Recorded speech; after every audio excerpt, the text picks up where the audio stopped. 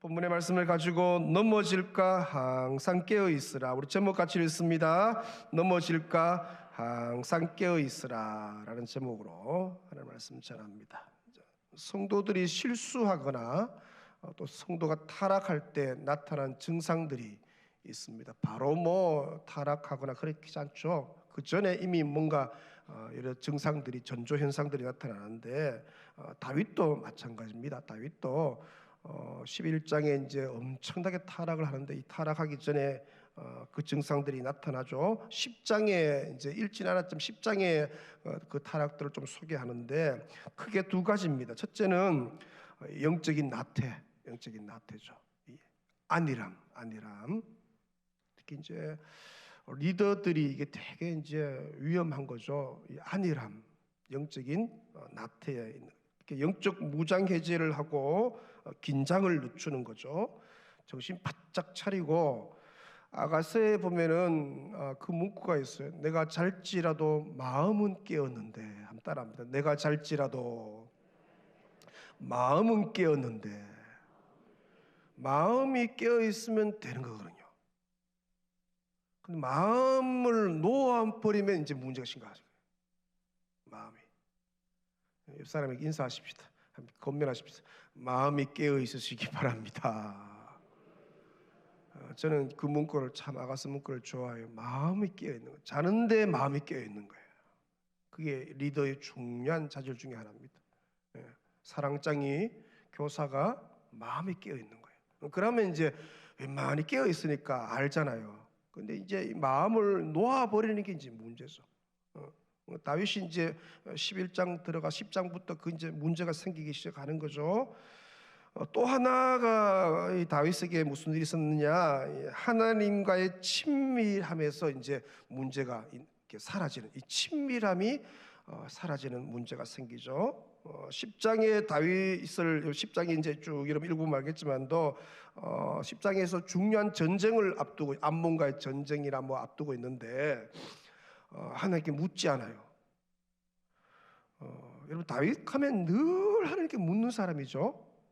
특히 전쟁 앞두고는 예를 들어 올라갈까요 말까요, 칠까요 말까요, 어디로 갈까요, 아주 꼬치꼬치 묻는 사람인데 더 이상 하나님께 묻지 않는다는 말은 뭡니까? 자신이 결정하고 진행해버려요. 새벽에 와서 기도의 11조 하는 이유가 뭐예요? 3월 한 달을 두고 뭐 하려고 한 거예요? 3월 한 달을 묻는 거 아니에요? 하나님, 3월 한 달 동안 이런 계획들이 있고 하는데 이거 어떻게 할까요? 어떻게 진행할까요? 이게 하나님 기뻐하는 건 맞아요. 묻는 거잖아요. 근데 이제 다윗이 이제 어느 위치에 오르고 좀 쉽게 말하면 잘 나갈 때 다윗의 증상이 뭐냐? 안 물어, 자기가 결정해 버리죠.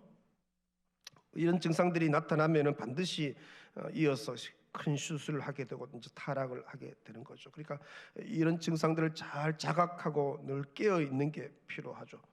곧 영적 자만을 허용하지 않는 것, 항상 겸손히 하나님께 묻고 하나님과 친밀한 관계를 지속적으로 유지하는 게 되게 중요하죠. 사무엘하 11장 사실 다윗 통치의 전환점인데, 특히 이제 바세바 사건은 다윗 가문을 결정적으로 뒤흔든 사건이죠. 이 사건은 엄청난 파괴적인 결과를 초래합니다. 사무엘하 11장에 4개의 중요한 사건을 다루죠. 첫째는 이제 2절에서 한 5절에 바세바와의 간음 사건을 다루고 있고, 둘째로 6절에서 13절까지인데 잘못을 감추려는 다윗의 2번의 시도. 예를 들어 잘못할 수도 있잖아요. 우리가 연약하잖아요. 그러면 어떡해요? 빨리 아유 하나님 잘못했습니다, 싹싹 빌고 다시는 안 그래, 이러면 좋은데 이제 안 그런 거예요. 그걸 감추려고 2번이나 시도하죠. 아주 비열하게 시도합니다. 야, 이 다윗이, 우리가 아는 다윗이 맞나? 여러분, 이거 안에 인간이 그렇습니다. 인간이. 저와 여러분들 얼마든지 그렇게 비열해질 수 있어요. 깨어있지 않으면요, 사탄에게 한번 사로잡히면 말할 수 없죠. 그렇게 비열해질 수 있는 거죠. 셋째는 14절에서 25절인데 잘못을 감추려는 다윗의 세 번째, 다윗이요 이 잘못 감추려고 3번이나 시도합니다. 시도를 소개하죠. 자신의 죄를 은폐하기 위해 충신 우리아를 아예 죽여버리죠. 완전히 폭군으로 변한 거죠. 진짜 다윗하면 성군이잖아요. 성군인데 이 11장에 와서는 완전히 폭군이 됩니다. 어떻게 사람이 이렇게 변할 수 있는지, 예전에 그 신실한 왕의 모습은 전혀 찾아볼 수 없어요. 진짜 왕으로서 멋있는 왕이잖아요. 하나님이 그렇게 오래 감추어서 어렸을 때 연단하고 준비해서 제대로 이대 왕으로 딱 올려놨는데 잘했는 거예요. 초반에 잘하고 야 대단하다 싶었는데 어느 날 됐는데 이게 변하기 시작한 거예요. 누구나 예외가 없습니다, 여러분. 네, 변합니다, 사람이. 특별히 권력, 하나님이 다윗에게 그런 권한을 권력을 주신 걸 어떻게 하나님을 위해, 나라를 위해, 이웃을 위해서 써야 되는데 이걸 어떻게 자기를 위해 써버리죠. 남용이죠. 그래서 남의 아내를 강제로 빼앗는 완전 전제군주 그것을 보여주죠. 더 이상 하나님의 충실한 종의 모습은 찾아볼 수 없는 거예요. 사실 이 11장을 읽을 때 우리가 큰 충격을 받습니다. 왜냐하면 그토록 신실하던 다윗이 어떻게 이렇게까지 비열할 수 있을까? 그죠? 다윗 아닌 것 같아요. 11장의 다윗은 다윗이 아니에요. 자신이 이스라엘의 왕이 아니고 나는 주님, 나는 대리 통치자입니다. 나는 왕이 아니에요. 하나님이 이스라엘의 왕이에요. 늘 고백하던 다윗, 어떻게 그걸 알아요? 묻는 거잖아요. 묻는단 말은 자기가 왕이 아니단 말이에요. 결제가 자기의 선에서 시작하는 게 아니고 하나님이 결제하셔야 자기가 진행하는 거예요. 대리 통치자예요. 그런데 그렇게 고백했던 다윗이 아니에요. 완전 폭군으로 전제군, 자기가 이제 왕이에요. 자기 더 이상 하나님이 왕이 아니에요. 늘 여호와 하나님을 경외하던 이 다윗이 어떻게 자신이 지은 죄를 은폐하기 위해 수단과 방법을 가리지 않고 자신의 모든 권력을 이용해서 살인까지 저지르는지 상상이나 할 수 있습니까? 다윗이 살인을, 그것도 아주 악하게 살인하잖아요. 네. 어떻게 죄 짓는데 이렇게 머리가 좋은지, 그죠? 그럼 하나님이 뭐 얘기하면 금세 알잖아요. 자기 영이 이게 큰일 났구나 알면은 빨리 뭐 회개하면 되는데 안 그러면 끝까지 가는 거예요. 항상 여호와 하나님이 보시기에 정직하게 행하던 다윗이 어떻게 27절에 보니까 여호와 보시기에 악을 행했다. 자, 27절 하반절 자막을 좀 보시면 다윗이 행한 그 일이 여호와 보시기에 어떻게 했다고요? 악했대요. 그토록 신실하던 다윗, 그토록 하나님을 경외하던, 그토록 여호와 보시기에 정직하게 행하던 다윗인데 그가 어떻게 이렇게까지 비열한 인간으로, 폭군으로, 전제군주로, 악을 행하는 자로 변하는지, 이 사실을 이제 묵상하면서 정말 각성하는 게 되게 중요하죠. 왜? 다윗이 이렇게 변한다면, 그죠? 그 신실한 다윗 하면 신실함의 대명사 아닙니까? 성군의 대명사고 하나님을 그렇게 사랑했고 그런 다윗이에요. 근데 이 다윗이 변해요. 그렇다면 저와 여러분들도 얼마든지 변할 수 있습니다. 변합니다, 여러분. 여러분 자신을 신뢰하지 마세요. 사람 변합니다. 되게 위험한 거잖아요. 그래서 뭐 다윗을 비난하거나 다윗을 욕할 수가 없어요. 왜? 나는 더하면 더했지. 그렇죠? 이게 이탈하면요, 이게 더하면 더했지. 그래서 11장 본문을 묵상하면서 우리가 자신을 나를 살피는 거죠. 두렵고 떨림으로 자신을 경계하는 거죠. 자기를 복종시켜야 되죠. 흐트러진 자신의 모습을 바로잡고 영적인 나태와 안일함을 던져버리고 영적 자만을 허용해서는 안 되는 것이죠. 항상 겸손히 하나님께 묻고, 오늘 여러분 잘 오셨는데 이 3월 한 달을 두고 하나님께 겸손히 물으세요. 하나님 어떻게 할까요? 3월 주셨는데 이런 계획들이 있는데 어떻게 할까요? 하나님 기뻐하는 건 맞아요. 어떻게 진행하면 지혜를 좀 주세요. 묻는 거잖아요. 그래서 하나님과 친밀한 관계를 지속적으로 유지하는 게 중요해요. 고린도전서 10장 12절 우리 자막 같이 큰 소리를 읽겠습니다. 시작. 그런즉 선줄로 생각하는 자는 넘어질까 조심하라. 이제 됐다 생각이 들 때 정말 조심해야, 늘 깨어 있어야 된다. 사실 오늘 11장 사건들이 있기 전에 다윗이 10장까지 보면 알겠지만 그의 일생에서 가장 잘 나가던 시기입니다. 다윗이 최정점에 있는 거예요. 사무엘하 5장에서 다윗은 예루살렘을 수도로 정하면서 정치적인 안정을 이루어요. 드디어 이제 정치적 안정을 이루고 6장에 보니까 하나님의 임재의 상징이죠. 법궤가 예루살렘으로 들어와요. 그렇게 기다렸던 법궤가 이제 예루살렘에 들어와서 종교적인 안정을 이룹니다. 7장 1절에 보니까 여호와 하나님께서 주위의 모든 원수를 무찌르셨다. 이제 원수가 사라진 거예요. 편안한 거잖아요. 그 결과 다윗과 이스라엘은 평안히 살게 되었고 안식을 누리게 되었다. 그래 얼마나 좋습니까, 여러분? 하나님이 법궤로 오셨죠, 임재하셨죠, 그죠? 뭐 정치적으로 하나가 되었죠. 주님의 임재가 있죠, 편안하죠, 막 그런 거예요. 또 나단 신탁을 통해서 7장 8장 보면 알겠지만 다윗과 그의 후손들이 하나님의 영원한 복을 받아요. 이 집안에 엄청난 하나님 복을 주시잖아요. 그리고 8장에 보니까 4개의 나라를 쳐서 정복하는데 그때 나라의 영토가 동서남북으로 확장되었다 그렇게 말하죠. 남쪽으로는 에돔으로부터 북쪽으로는 유프라데스, 그죠? 강까지 영토가 엄청나게 넓어졌다 그렇게 말해요. 이제 이런 동서남북의 영토 확장은 창세기 15장에 보면 하나님이 아브라함에게 약속하셨죠. 아브라함에게 약속하셨던 그 땅, 11장 창세기 15장 18절에 보니까 이렇게 말하죠. 그날에 여호와께서 아브라함과 더불어 언약을 세워 이르시되 내가 이 땅을 애굽 강에서부터 그 큰 강 유브라데까지 너의 자손에게 주노리. 그게 창세기 15장 18절에 그 아브라함이 하신 그 약속이 실현이 된 거예요. 그 엄청난 이제 동서남북 영토가 확장된, 그러니까 너무 뭐 정치도 잘하고 편안하죠, 안정이 되어 있죠, 다 그런 때예요. 그토록 잘 나가던 다윗이 사무엘하 10장에 들어서면서 이제 변하기 시작하는데 이제 어떻게 그 변화가 감지되느냐? 왕이 출전하면 전쟁이 일어난 거예요.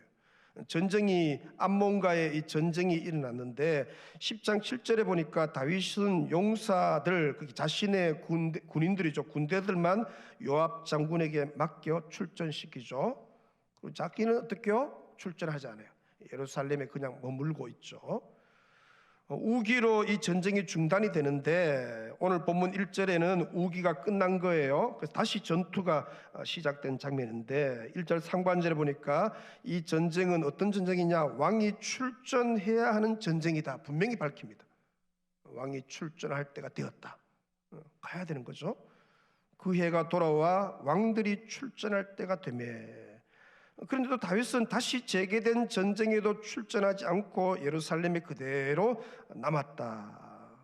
그죠? 왕이 출전하지 않고 홀로 남아 있는 것은 왕의 마땅한 자세와 태도가 아니죠. 리더면 반드시 현장을 점검해 봐야 될 거 아니에요, 그죠? 시키면 안 되잖아요. 시키면 그 다음에 제대로 되고 있는지 현장을 봐야 될 거 아니에요. 그 가서 위치가 되어 있는지 어떻게 되어 있는지. 저도 선교사님들 교수들 모시면은 이제 다 알아서 하죠. 뭐 미리 뭘 놓고, 저도 마지막 꼭 점검합니다. 물은 충분한지, 간식은 아이들도 2명 오는데 애들에게 그 나이대 맞는 간식인지, 예를 들어 그런 거죠. 점검해야 될 거 아니에요, 마지막에. 근데 이 다윗은 그냥 보낸 거예요. 보낸 거. 왜? 다 알아서 잘하겠지. 너무 편안하니까. 또 나가는 것도 뭐죠? 그렇고 이제는 뭐 그런 거예요. 근데 분명히 왕들이 출전할 때 그렇게 말했음에도 불구하고 홀로 남아있는 것, 왕의 마땅한 자세와 태도가 아니다, 그걸 보여주는 거죠. 그러니까 최전선에서 지금 치열한 전투가 벌어지고 있어요. 영적인 전투인데 부하들이 목숨 걸고 싸우고 있는데 왕이 혼자 예루살렘에 남아있다. 이런 다윗 행동은 뭔가 이제 문제가 있다는 것이 생긴 거예요. 아니 예전 같았으면은 다윗은 직접 전투의 최일선의 선봉으로 서겠죠. 근데 지금은 마땅히 출전해야 함에도 불구하고 두 번씩이나 출전하지 않고 예루살렘에 그대로 남아서 오늘 본문을 보면 알겠지만 뭐 하고 있습니까? 이제 늦잠 자는, 그죠? 늦잠 자는, 깨어 있지 않는 거죠. 지금 전쟁하고 지금 깨어서 지금 부하들이 지금 죽어나가는 상황인데 이걸 뭐 기도하든지 아니면 전투 상황방 지하 벙커에 들어가서 어떻게 뭘 하든지 할 거 아니에요. 근데 안 해요. 긴장을 완전히 놓아버리죠. 뿐만 아니라 10장에 보니까 다윗이 암몬과의 전쟁을 앞두고 여호와 하나님께 물었다는 말이 절대로 안 나와요. 예전 같았으면은 다윗은 전쟁 앞두고 반드시 하나님께 묻죠. 뭐 올라갈까요 말까요 어디로 갈까요? 사무엘하 2장 1절 자막을 좀 보시면 그 후에 다윗이 여호와께 여쭈어리되 내가 유다 한 성읍으로 올라가리까? 여호와께서 이르시되 올라가라. 다윗이 아뢰되 어디로 가리까? 이르시되 헤브론으로 갈지니라. 계속 묻습니다. 귀찮을 만큼 뭐 이런 것도 묻나? 그것도 물어요. 하나님 어디로 갈까요? 올라가라 했으면 가면 되는데 어디로 갈까요? 갈까요 말까요? 할까요 말까요? 그죠? 늘 묻죠. 하지만 10장에 들어오면서부터 다윗이 전쟁을 하기 전에 하나님께 물었다는 언급이 전혀 없죠. 그러니까 원래 다윗이 보였던 하나님에 대한 친밀한 관계가 10장에서는 전혀 찾아보기 어려운 거죠. 그렇게까지 하나님께 묻던 다윗이 더 이상 묻지 않는다. 그토록 하나님과 친밀하던 다윗, 묻는다 말은 친밀함을 의미합니다. 친밀한 거예요. 하나님과 친한 거예요. 근데 그게 더 이상 친밀함을 보이지 않는 거죠. 자, 아니나 다를까 11장에 들어와서 다윗이 완전히 무너지죠. 간음죄, 살인죄 동시에 짓고 인생 중에서 가장 밑바닥으로 이제 내려가죠. 여러분, 다윗이 언제 무너졌느냐? 뭐 다른 게 아니죠. 가장 잘 나갈 때, 그죠? 그의 일생에서 가장 승수장구할 그때에, 가장 전성기 때, 그죠? 가장 전성기 때 무너져요. 그 이유가 뭐냐? 다른 게 아니죠. 방심, 영적인 무장해제. 마땅히 자신이 출전해야 함에도 그 어느 때보다 깨어 있어야 할 상황에 그는 낮잠을 즐긴다. 뭔가 이상한 거죠. 10장과 11장에서 다윗의 모습은 마치 무장해제한 군인 같아 보이죠. 군인인데 이제 다 무장해서 해제하고 앉아 있는 거예요. 그래서 안일함과 나태에 깊이 빠져 있는, 영적 침체에 깊이 빠져 있는, 그것은 사실은 이제 다른 말하면 이제 매우 교만한 상태. 왜? 자기 힘으로 자기가 살 수 있다고 생각하니까. 하나님의 도움을 더 이상 요구하지 않는 거죠. 교만 때문에 그렇게 된 거예요. 그래서 이게 이제 11장 이후에 전개되는 모든 불행의 원인이 되는 것이죠. 여러분, 어려울 때보다 일이 잘 풀릴 때가 훨씬 위기죠. 그죠? 이거 당연한 거 아닙니까? 어려울 때는 열심히 하나님 찾고, 그죠? 그때만큼 뭐 힘들 때는 걱정할 게 없어. 왜? 뭐 가만 놔둬도 하나님 찾게 돼 있으니까. 뭐 개인도 그러하고 공동체도 그러하고. 근데 뭐요? 살만하면 이제 문제가 되는 거예요. 살만하면 그만 하나님을 잊어버리죠. 하나님 떠나가요. 그래서 신명기 8장에 아주 계속 반복해서 경고하잖아요. 너가 먹어서 배부르고 아름다운 집을 짓고 거주하게 되며, 또 너의 소와 양이 번성하며 너의 은금이 증식되며 너의 소유가 다 풍부하게 될 때에, 14절 상반절 같이 읽습니다. 너의 마음이 교만하여 내 하나님 여호와를 잊어버릴까 염려하노라. 이게 되게 중요한 거예요. 여러분, 우리가 잘나서 부유해진 게 아니죠. 신명기 8장 18절 자막 보시면 너의 하나님 여호와를 기억하라. 같이 읽습니다. 그가 너에게 재물 얻을 능력을 주셨습니다. 지금의 나의 나된 것 하나님의 은혜죠. 하나님이 주신 거예요. 근데 이제 잘 되고 난 뒤면 반드시 잊어버려요. 자기가 잘해서 그런 줄 알아요. 이게 인간의 교만입니다. 자기가 잘나서. 아닙니다. 하나님의 은혜입니다. 하나님의 은혜입니다. 잊어버리면 안 돼요. 절대로 교만해서는 안 되죠. 방심해서는 안 돼요. 영적 긴장을 늦추거나 영적 무장해제를 해서 참 안타까워. 이때만 다윗이요 영적으로 깨어서 제대로 쫙 이렇게 이제 그 정점에서 조금만 갔으면요 엄청나게 일할 수 있거든요. 근데 이때 완전히 물론 이제 하나님이 또 마지막에 회개하고 그죠 또 다시 회복시키고 하지만 그것 때문에 나중에 그 자녀들부터 시작해서요 엄청난 어려움이 있습니다. 이제 이 그의 후반기 인생에 비참함도 보고 아들한테 쫓겨나가고 아들 막 죽어 나가잖아요, 그죠? 자식들끼리 서로 살인하고 완전히 어려워요. 여러분 아리람에 빠져서는 안 되죠. 나태하거나 해이해져서는 안 돼요. 좀 살만하다고, 좀 좋아졌다고, 좀 승리했다고 결코 자만해서는 안 되는 것이죠. 항상 깨어 있어야 돼요. 아무리 잘 되어도 깨어 있으시기를 축원합니다. 오늘 주님이 예방 주사 놓으신다 그렇게 생각하시고 여러분 지금 얼마나 기쁩니까? 얼마나 잘 되고 있고 다 편안하고 좋고 이럴 때 여러분 깨어 있는 여러분 되시기를 축원합니다. 아무리 승승장구해도 깨어 있어야 돼요. 넘어질까 항상 조심하고 깨어 있는 저와 여러분 되시기를 축원합니다. 따라합니다. 내가 잘지라도 마음은 깨었는데, 이렇게 깨어 있으면 다 보입니다. 어디가 문제인지 보여요. 근데 안 깨어 있으면요, 이게 눈이 가려워지는 거예요. 그럼 다른 게 이제 다른 재미들을 찾습니다. 하나님 만나는 재미 말고 다른 죄를 짓는다. 죄가 얼마나 재미있습니까, 여러분? 그걸 찾게 되어 있는 거예요. 모든 인간이 그렇습니다. 다윗이 그랬다면 깨어서 승리하는 은혜의 사물이요 여러분의 남은 평생 되시길 축원합니다. 주신 말씀 붙들고 주여 부르짖고 기도하시다가 자리로 돌아갑니다. 주여